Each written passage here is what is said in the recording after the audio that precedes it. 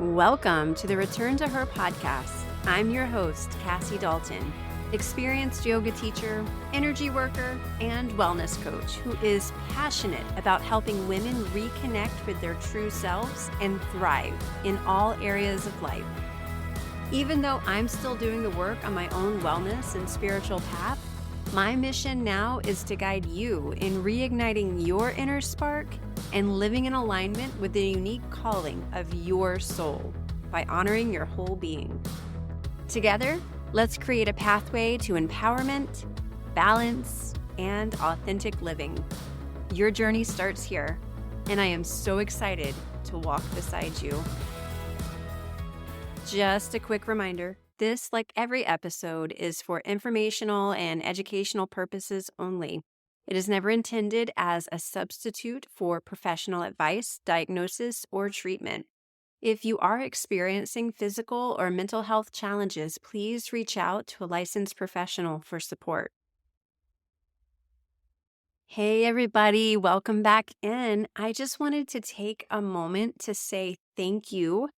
Thank you to all of you who have been listening, sharing, and reaching out to me. It really does mean so much to me. Every time you share this podcast, it helps more women find it. And together we are creating this ripple effect of healing and transformation through the world. And for those of you who have told me personally, whether it's through messages or even during our private sessions, that this podcast is making a difference in your life, thank you so much for reflecting that back to me. It means everything to me because honestly, sometimes it does feel a little lonely on this side of the mic. I wonder if this is landing, if anyone's even listening, if it even matters at all that I'm doing this. And when I hear your reflections back, it reminds me that you are out there, that this work is being received. It does matter because it's made a difference to you already. And that's really humbling. And more than that, it's really inspiring to me. So again, thank you. Please keep listening, keep sharing, and stay in touch. I love hearing from you. Okay, so we're going to dive in now to today's episode about transmuting emotions. So I've been really thinking about emotions a lot lately, especially the ones that we label as negative or call quote unquote low vibration. You know, the ones that we've been taught to avoid, to suppress, to feel guilty for even having it all, such as shame, anger, jealousy, fear, these heavy feelings that we're really quick to judge or try to push away. But what if we have been thinking about them all wrong? Every emotion that you feel, whether it's shame, guilt, anger, jealousy, fear, what if it is actually love trying to show up in your life in a different way? What if these feelings are not something to run away from, but something to move through? They're not obstacles, but rather doorways through which higher love comes to express itself. In a world where we're often told to push away or fix these low vibrational emotions, I invite you to consider a different perspective. One where every emotion, no matter how heavy, how tight, how scary, is simply a reminder of your wholeness, of your divine essence. Because if you believe, like I do, that God is love and that you, as a soul in a human body, are a piece of God, that means that you too are love. And deep down, everything we experience in life is simply an invitation to return home to the remembrance of that love. If we start to see that every single emotion that we experience is just energy in motion, love in motion, then we might start to respond to these emotions rather than reacting to them.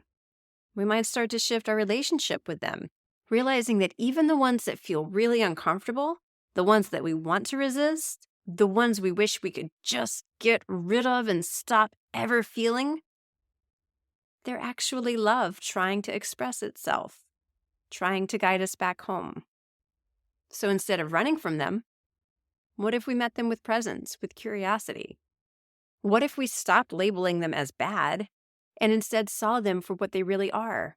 An opportunity, a doorway, a chance to rise a little higher, to transcend. Because everything is love. At our core, we are love because we come from God and God is love. And everything is God. Therefore, everything is love, including our hardest emotions. So today, that was a lot.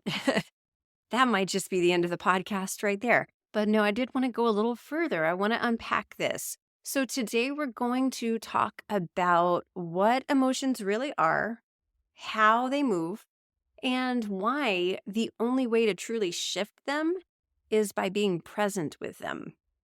We'll explore why safety is the key to transmutation and why our emotions are not the problem. It's how we meet them that makes the difference. So let's dive in. Nothing in life is actually static. Everything is constantly moving, changing, and vibrating. And that includes our emotions. So let's start with something that is really simple, but really powerful. Emotions are just energy, and energy is meant to move. And if you're into this kind of stuff like me, you have probably come across this guy, Dr. David Hawkins, and his map of consciousness. It is a way to see emotions on a frequency scale. So remember, every emotion is energy, and energy vibrates. So every emotion carries a vibration, a frequency. Emotions like shame, guilt, fear, these are on the lower scale, which means that they vibrate at a lower frequency, while emotions like love, joy, peace, gratitude, these are on the higher end, so they vibrate at a higher frequency. That is scientifically what we call good vibes or high vibes. And it is really damn easy to start to realize that emotions carry vibrations and then fall into the trap of thinking, okay, so I need to stay in the high vibes all the time and I need to avoid the low ones at all costs. But when we identify something as either good or bad, we start to form attachments to it. We start to want to either hold it and hoard it, or we want to resist it and push it away. So when we attach to anything, whether that is wanting to hold on to it or wanting to resist it and push it away, that is really what causes our suffering in life. Because remember, nothing is permanent. Everything is constantly moving and changing. Emotions are not static. They are frequency waves, constantly moving, constantly shifting. And the only time that they actually become stuck is when we start to resist them, when we suppress them or ignore them or judge ourselves for feeling them, or we try to hang on to them rather than letting them flow. Think of it like a river. Water naturally wants to flow, but when we build a dam, when we block or hold on to emotions, instead of letting them move freely, they stagnate, and that stuck energy creates all sorts of problems downstream.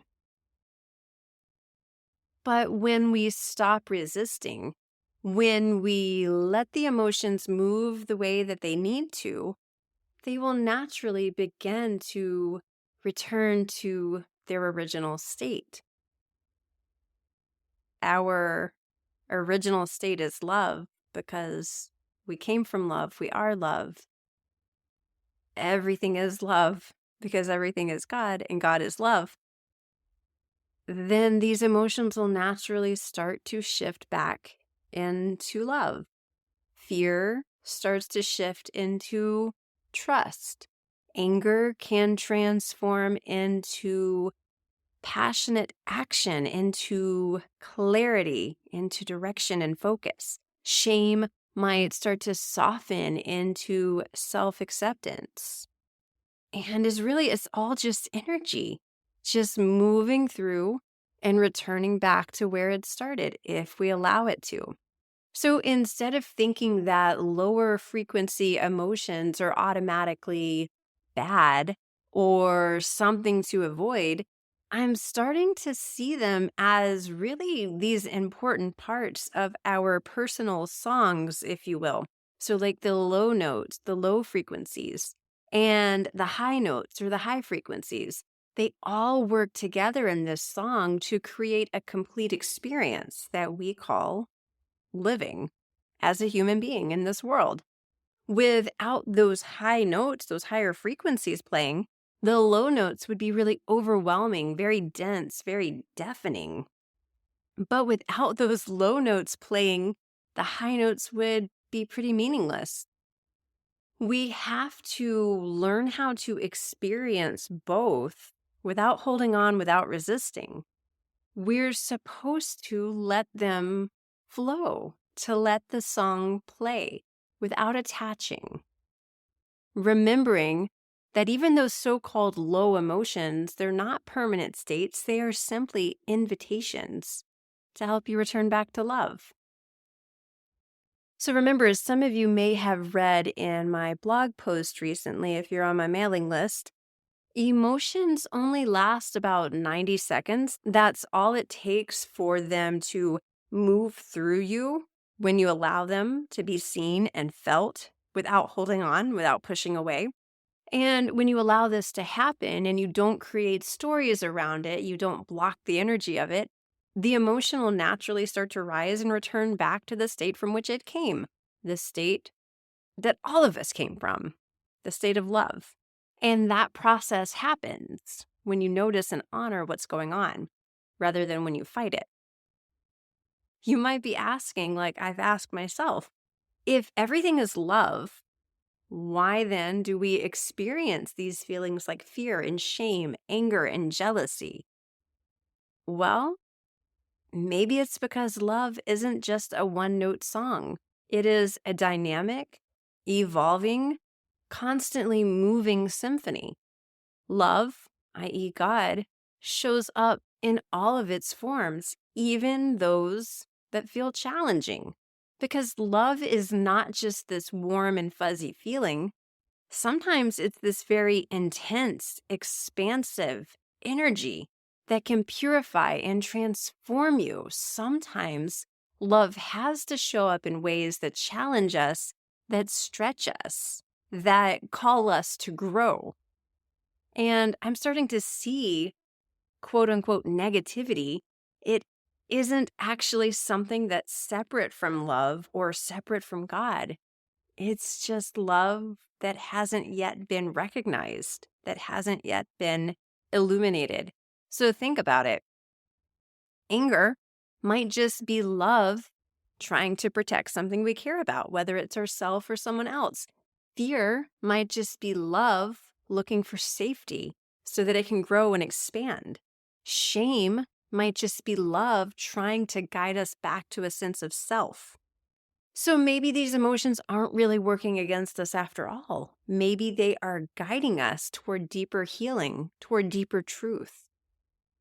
The only way to actually move through these emotions, though, is to meet them, to stop fighting them, to stop seeing them as something that needs to be fixed or swept under the rug because you're too spiritual to have these emotions. And I'm reminded of something that my teacher, actually, Sri Kalishwar, used to say. Love is the final weapon against all negativity. And if we think about that for a minute, negativity isn't some force opposing love. It is just love that's lost its way. It is just God that has forgotten itself. When we stop trying to fight these feelings and instead start seeing them as parts of the larger whole, then they can begin to dissolve. The light starts to illuminate the darkness. So let's go back to anger, that example. Underneath anger lies a message. Perhaps it is a need for boundaries to be set, or to show you that boundaries that you have set have been violated. Maybe it is a message that something needs to be changed, something needs to be acknowledged. When we suppress anger, though, we mute whatever message it came to share with us. And as my teacher says, what you resist persists. So the anger will just keep showing back up in different ways, different forms, different manifestations in our minds and in our bodies. But when we sit with that emotion lovingly, it can start to transform into energy that leads into positive action.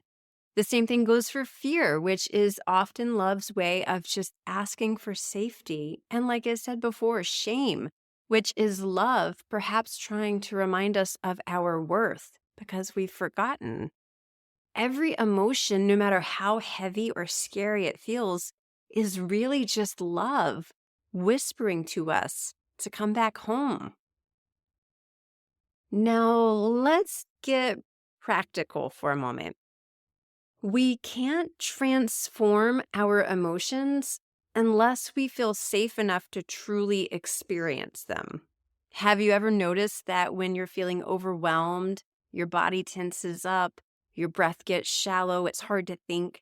That's your nervous system on high alert, stuck in that fight, flight, freeze mode. If you have ever tried to process something when you are feeling like this, when you're feeling stressed or anxious or overwhelmed, you know how difficult it is. That's because when our nervous system is in this state, the body isn't focused on healing, it is just trying to survive. So this is where our root chakra comes in. The root chakra, that base of the spine, energy center, that is our foundation for the sense of safety and grounding as souls in these human bodies. It is what keeps us connected to this earth element. When our root chakra energy isn't flowing properly, we don't feel safe in these bodies. We don't feel safe in our place in the world. And therefore, we can't be fully present with what we're feeling. If we can't be present, we can't allow anything to move through us and shift. When this energy center is balanced, on the other hand, we feel secure, we feel safe, we are able to be present with what is going on around us and what is going on within us, our emotions. And that's when the magic really starts to happen. So before we can even try to work with an emotion that is moving through us, we have to ground ourselves. We have to come back to this root chakra and tap into that energy. We have to come back into the body.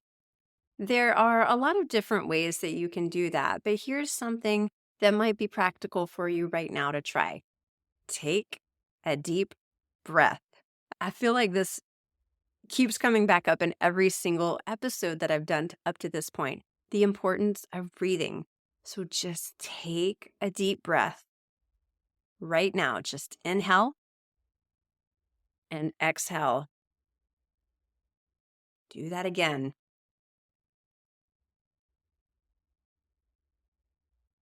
Try one more.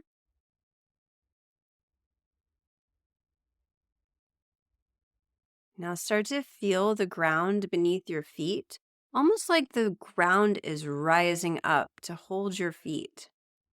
Feel the surface beneath your sits bones. Again, it's rising up to meet you, to hold you.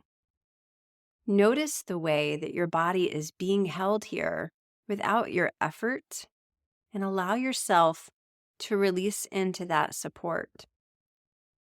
You might even imagine, if you're the visual type, that roots are growing down from your feet, from your sits bones, down into the earth beneath you.